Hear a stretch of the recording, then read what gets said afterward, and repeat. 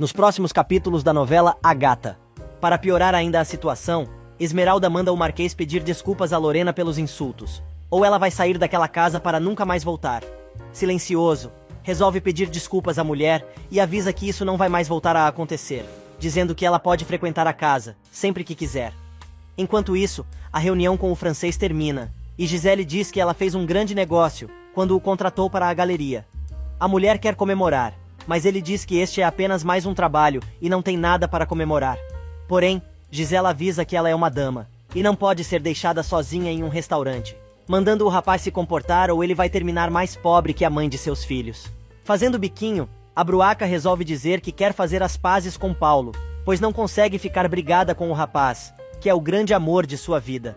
O pintor fica ainda mais furioso e diz que ela é uma mulher perversa, que estraga tudo o que toca e avisa que entende a relação de trabalho dos dois, mas ela que espere sentada, se quiser alguma coisa mais que isso entre eles. Na periferia, Lorena chega em casa feliz da vida, contando ao marido que Silencioso pediu perdão a ela. Augusto diz que isso é só o começo e conta que o Marquês vai voltar para a cadeia e Gata para o lixão. Lorena aproveita a oportunidade para perguntar a Augusto se ele quer realmente se separar dela, mas o homem não responde. Na casa de Silencioso, a discussão entre Esmeralda e Fernando continua. O homem afirma que sabe que Lorena está mentindo, mas pediu desculpas porque é um cavalheiro. Paulo chega e entrega a Esmeralda uma cópia do e-mail que recebeu. Fernando confirma que ele também recebeu o correio eletrônico. A moça fica feliz e pede para ver os filhos. Ela conta às crianças que chegou a resposta do especialista e ela vai poder fazer a cirurgia para se recuperar por completo. Já no quarto das crianças, Paulo coloca os filhos nos berços e insiste em pedir a moça em casamento.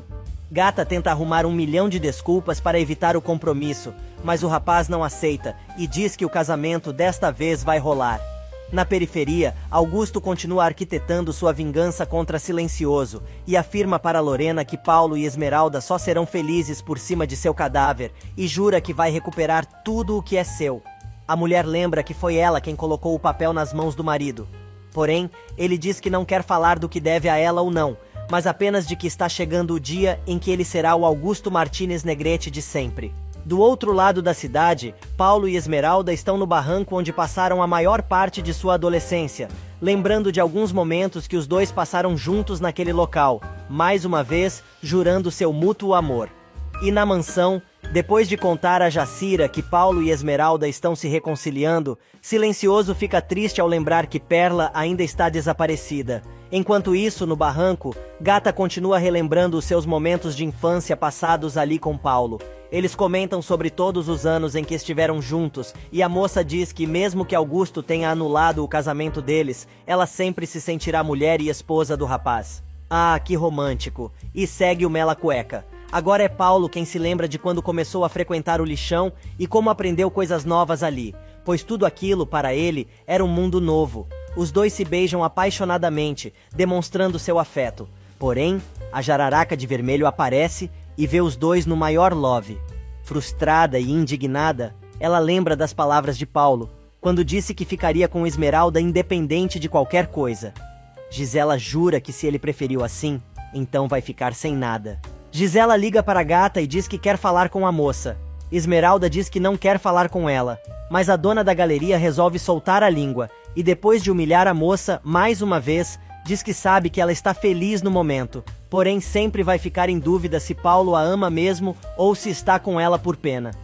Com raiva, Gata diz que vai encontrar com ela sim, mas quem vai falar, desta vez, é ela.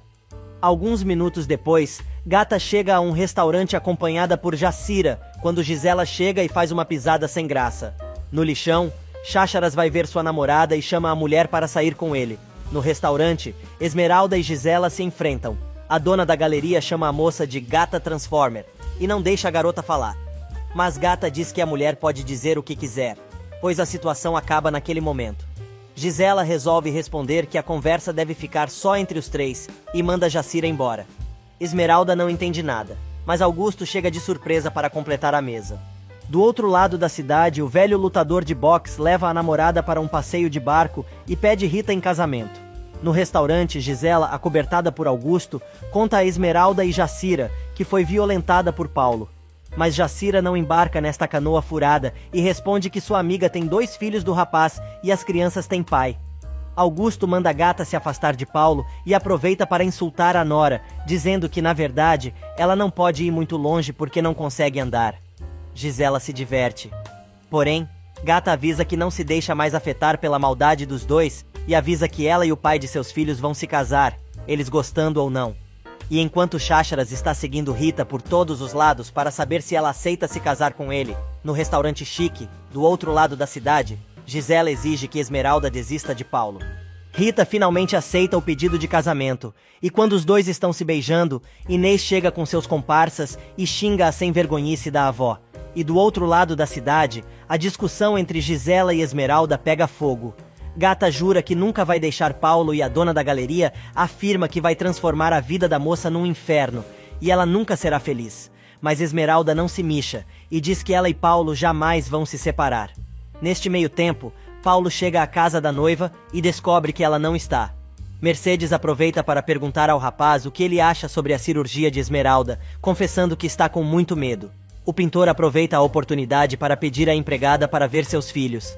E no restaurante, Augusto diz que ele e Gisela vão fazer de tudo para que o casamento da moça não aconteça. Jacira bota um fim no debate e diz que está na hora de cada um ir embora para sua casinha. Alguns minutos mais tarde, Jacira e Esmeralda chegam em casa. Porém, a mulher percebe que Gata está triste e pergunta o que está acontecendo. A garota está com a cabeça cheia de caraminholas, mas Jacira diz que ela não tem que ficar pensando só em coisa triste. Paulo quer saber onde a noiva estava e ela conta que estava resolvendo um assunto importante para a felicidade dos dois. No escritório de Mariano, Garibaldo, Inês e os outros 2 comparsas reclamam sobre o comportamento estranho do rapaz.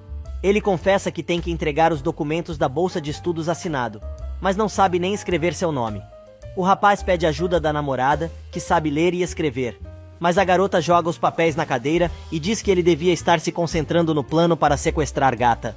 Mariano chega bem na hora e quase pega a conversa. O advogado quer saber o que está acontecendo, pois o clima entre os amigos está muito estranho. Porém, os rapazes resolvem ir embora e não respondem à pergunta. Enquanto isso, no cativeiro, Augusto fica sabendo que Perla não se mexe, não come e não fala há dias. O velho conta que é melhor assim, pois desta maneira, ela vai perdendo de novo o contato com a realidade, e quando estiver bem louca, vai encher a cabeça da mulher de mentiras e fazê-la acreditar que ele sempre foi o grande amor de sua vida.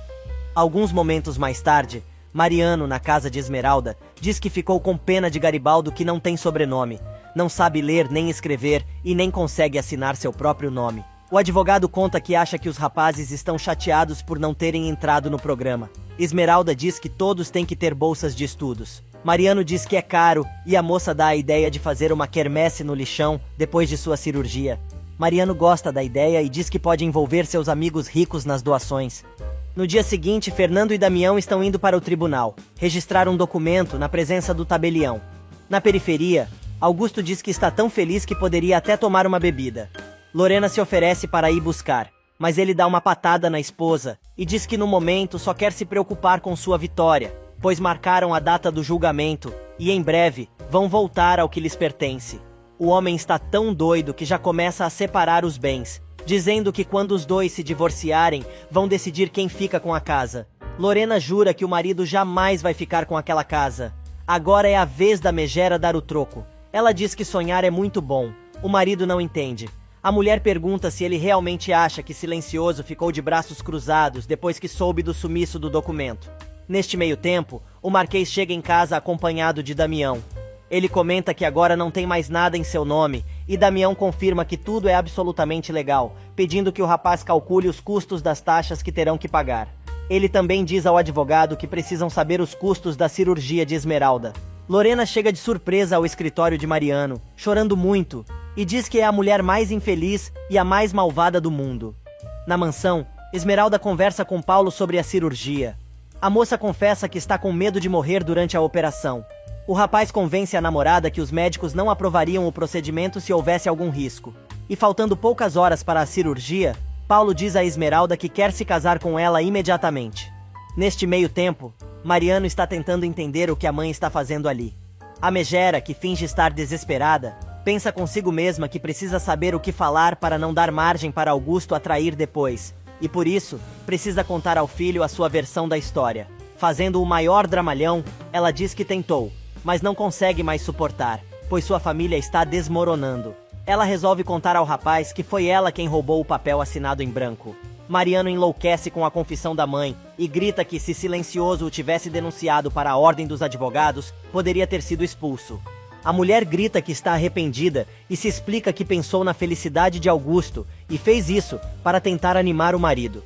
Mas o advogado não aguenta mais e diz a ela que a única verdade que existe na família é que a maldade de seu pai não tem limites. Enquanto isso, na mansão, Paulo consegue convencer Esmeralda a se casar com ele imediatamente. Mariano continua alfinetando a mãe e diz que a traição dela o magoou profundamente. Quanto mais ela explica, pior fica a situação. Porém, o rapaz diz que vai carregar mais este segredo e não vai contar nada nem a Paulo, nem a Silencioso. Paulo e Esmeralda chegam à igreja e o rapaz jura que ela vai voltar a ser sua esposa e desta vez ninguém mais vai separá-los. Em casa, Fernando está desconsolado com a ausência de sua esposa. Ele conversa com a foto de Branca, dizendo que precisa dela para enfrentar a cirurgia de Esmeralda. Desesperado, ele se pergunta por onde ela anda. Mas no lixão, Rita já matou a charada e lê nas cartas que Perla está em um local ermo e solitário. Chácharas quer saber se a velha já se decidiu. Porém, Rita afirma que só vai se decidir depois que o tarô lhe responder. De repente, a mulher diz ao namorado que é melhor não saber do destino da gata, pois a cirurgia que está prestes a fazer vai marcar seu destino. Na igreja, Paulo e Esmeralda descobrem que Padre Rivas foi ao presídio para pegar a confissão dos presos. Os dois decidem ir até a penitenciária, mas descobrem que o sacerdote acabou de sair e disse que ele voltou para a igreja. Paulo, mais uma vez, convence Esmeralda a voltar para a igreja atrás do religioso.